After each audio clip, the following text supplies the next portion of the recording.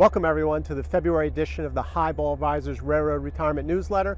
My name's John McNamara of Highball Advisors, and this month a lot of things are going on. Starting the new year, we're seeing inflation coming down month after month now, right? If you look at the economic data, you see housing starts down, auto sales down, Baltic Freight Index, the container prices are back down to pre-pandemic levels. Even the railroad industry, car loads are down. So all that price inflation is coming down. So that's an encouraging sign.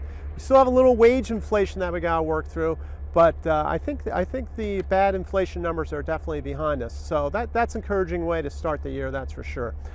Check out this month's video. My whiteboard of the month is the unprecedented opportunity of the in these last 3 years of the Roth conversion opportunity, right? Inflation expanded out the tax bracket so you can stuff more money into your Roth, doing the Roth conversion into your tax-free Roth IRA. So check that out. My mailbag is, can I use my 401k to fund as a bridge before my railroad retirement kicks in, right? A lot of railroaders might have their 30 years before 60 and they need to build a bridge. So this is talking about using that 401k to build that bridge to the annuity starts. I have a checklist on what issues you should consider as you start 2023, right? A lot of goal setting there, financial, personal. Check that checklist out, really good stuff.